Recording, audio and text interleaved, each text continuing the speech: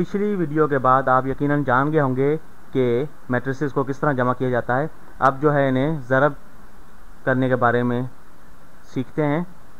तो ये चीज़ ध्यान में रखिएगा कि मैट्रिसेस की ज़रब की जो तशरीह है ये इंसान की बनाई हुई है और ये मुख्तलिफ़ तरीक़ों से आप इसे कर सकते हैं, लेकिन मैं इसी तरीके से चाहूँगा कि जिस तरह मैं आपको बताऊँ आप इस तरीके से करें, क्योंकि आपको आपकी हिसाब की क्लास में काम आएगा।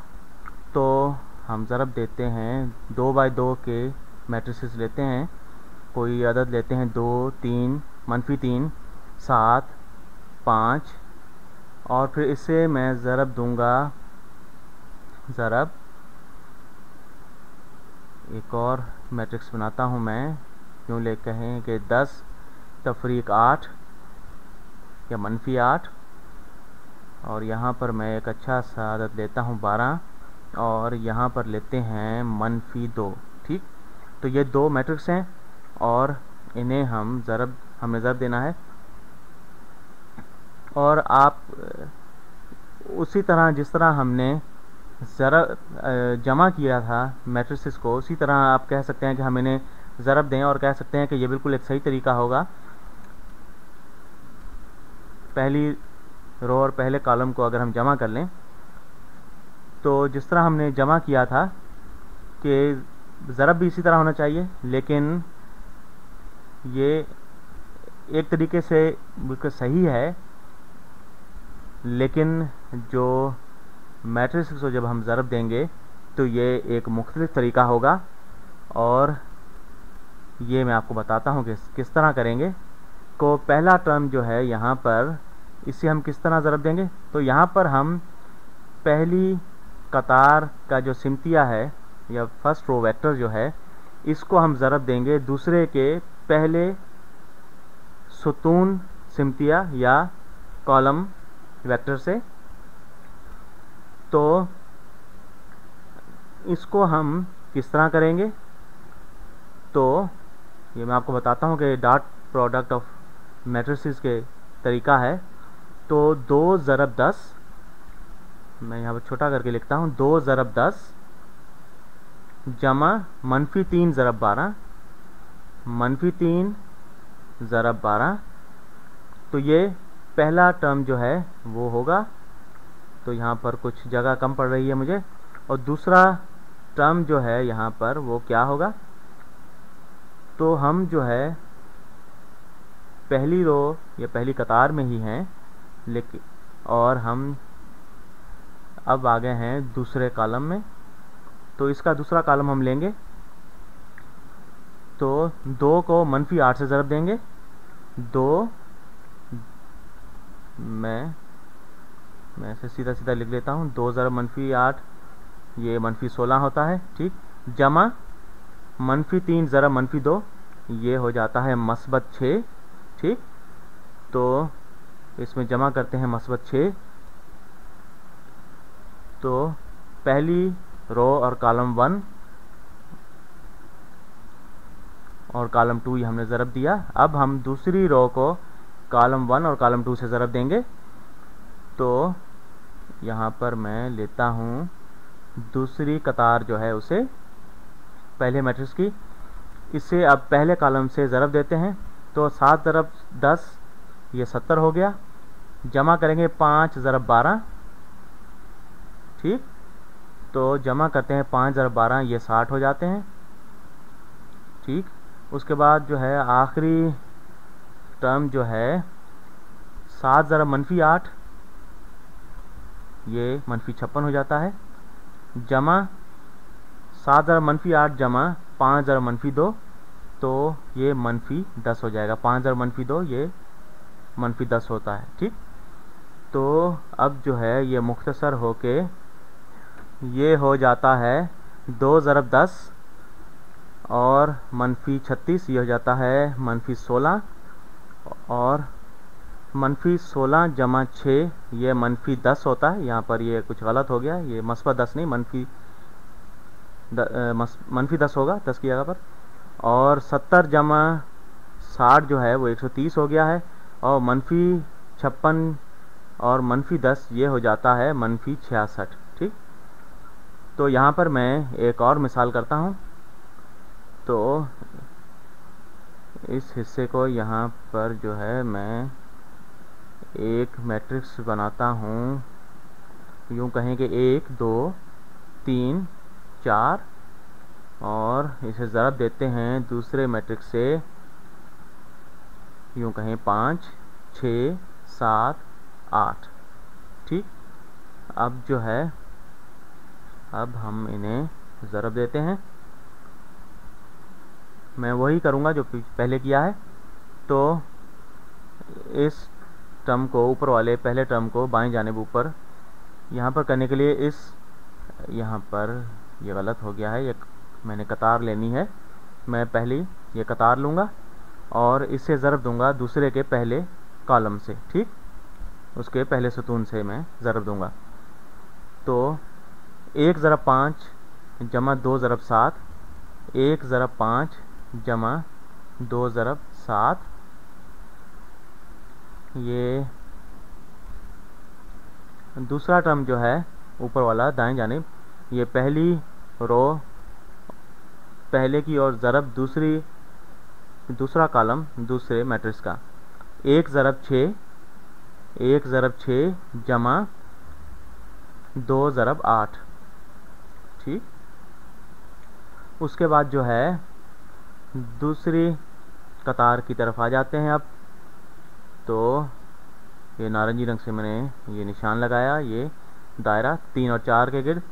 तो 3 को अब 5 से ज़रब देंगे, 3 ज़रब 5 जमा 4 ज़रब 7, और आखिरी जो है दाएं जानिब निचला जो टर्म है, तो अब दूसरी रो को हम दूसरे कॉलम से ज़रब देंगे। 3 ज़रब 6 जमा 4 ज़रब 8, तो 3 ज़रब 6 जमा 4 ज़रब 8। तो अब हम इन्हें मुख्तसर कर लेते हैं। अब आपको मैं यहाँ पर एक चीज़ यहाँ पर आपको बताऊं कि ये जो हरे रंग से हमने लगाया निशान, ये 1 है और ये 2 है। ठीक, और ये 1 और ये 2। ठीक, ये पहली कतार में जो थे वो यहाँ पर हैं, और 5 और 7 जो हैं, तो ये 5 है और ये 7 है, और यहाँ पर देखें ये 5 है और ये 7 है। ठीक, तो ये काफ़ी दिलचस्प है कि ये पहला कॉलम है, तो ये पहले कॉलम में है जो हमने ज़रब किया है मैट्रिक्स को, और इसी तरह हरे वाला जो है वो पहली कतार में है। तो यहाँ पर जो है ये 6 और 8 और 6 और 8 यहाँ पर है, और 3 और 4 और 3 और 4 ये यहाँ पर हैं। ठीक, और अब जो है हम इन्हें मुख्तसर कर सकते हैं। 1 ज़रब 5 जमा 2 ज़रब 7, ये 5 और जमा 14 होता है, ये 19 हो जाते हैं। और ये 1 ज़रब 6 जमा 2 ज़रब 8, ये 6 जमा 16, ये 22 हो गए। 3 ज़रब 5 जमा 4 ज़रब 7, तो 15 ज़रब 28, ये 43 हो जाते हैं। अब जो है 3 ज़रब 6 जमा 4 ज़रब 8, ये 18, 18 जमा 32, 18 जमा 32 ये हो गए 56।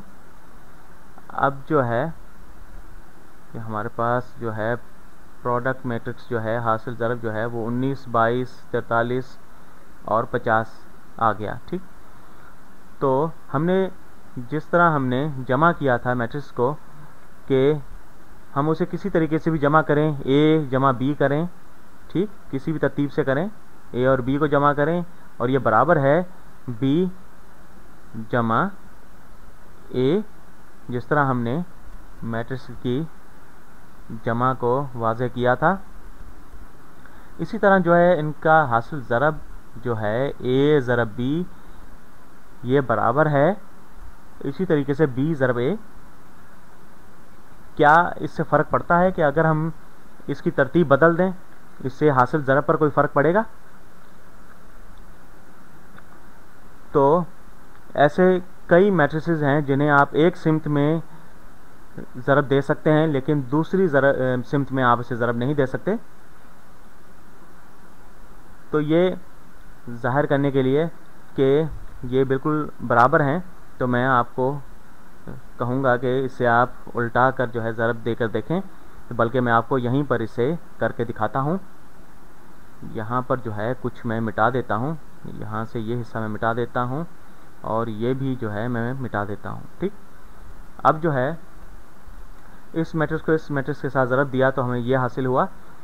तो हम जो है इसे बदल देते हैं, इनकी तरतीब को बदल देते हैं। तो 5 6 7 8 ये ले लेते हैं, 5 6 7 8 और इससे ज़रब देते हैं। अब इस मैट्रिक्स से मैंने तरतीब बदल दी है, तो हम ये जानना चाह रहे हैं कि आया इनकी तरतीब बदलने से इनके हासिल ज़रब पे कोई फ़र्क पड़ता है। 1 2 3 और 4। अब जो है इसे ज़रब देते हैं। तो पहला टर्म जो है, पहली रो पहले की और पहला कॉलम दूसरे का, 5 × 5 जमा 6 ज़रब 3, तो 5 ज़रब 1, बल्कि इसे मैं कुछ मुख्तसर कर लेता हूँ, ज़रब दे लेते हैं यहीं पर। तो 5 ज़रब 1 ये 5 हो गया, जमा 6 ज़रब 3 जमा 18 हो गया। ठीक, इस तरह। और दूसरा टर्म जो है वो होगा 5 ज़रब 2 जमा 6 ज़रब 4। ठीक, 5 दूनी 10 होता है, 10 जमा 6 चौक 24 जमा 24, 6 ज़रब 4 24 होता है। ठीक, अब जो है पहली रो और दूसरे कॉलम को ज़रब देंगे, ये दिया है हमने। और अब जो है दूसरी रो पहले की और पहला कॉलम जो है दूसरे का, इसे ज़रब देंगे। तो 7 ज़रब 1 7 हो गया, जमा 8 ज़रब 3 8 3 24 होता है। ठीक, और आखिरी जो टर्म है उससे हम इस रो को इस कॉलम से ज़रब देंगे। तो 7 ज़रब 2 14 होता है, जमा 8 ज़रब 4। ठीक, 8 चौक 32 होता है। तो ये हो जाता है 5 और 18 ये हो गए 23, ये हो गए 34, ये हो गए 31 और ये हो गए 46। तो यहाँ पर देखें कि अगर, और यूँ कहें कि ये अगर A है और ये जो है मैट्रिक्स B है, तो जब हमने A ज़रब B किया, ये बराबर है 19 22 43 और 50 के। और यहाँ पर जो है हमने किया है इसे उल्टे तरीके से, B ज़रब A, और ये एक बिल्कुल मुख्तलिफ मैट्रिक्स है, तो तरतीब मैट्रिसेस की बिल्कुल अहमियत रखती है। तो मेरे पास वक्त ख़त्म हो रहा है और अगली वीडियो में हम बात करेंगे कि मैट्रिक्स की क्या अक़साम होती हैं, और यहाँ पर हम जानते हैं कि इनकी तरतीब जो है वो अहमियत रखती है। और हम देखेंगे कि किस किस्म के मैट्रिक्स को आपस में ज़रब दिया जा सकता है। जब हम मैट्रिसेस को जमा या तफरीक करते हैं तो हम उनके मुताल्लिका टर्म्स को आपस में जमा या तफरीक कर लेते हैं, लेकिन ज़रब में ये एक बिल्कुल मुख्तलिफ तरीका होता है और अगली वीडियो में इसे सीखेंगे। इजाज़त चाहूँगा।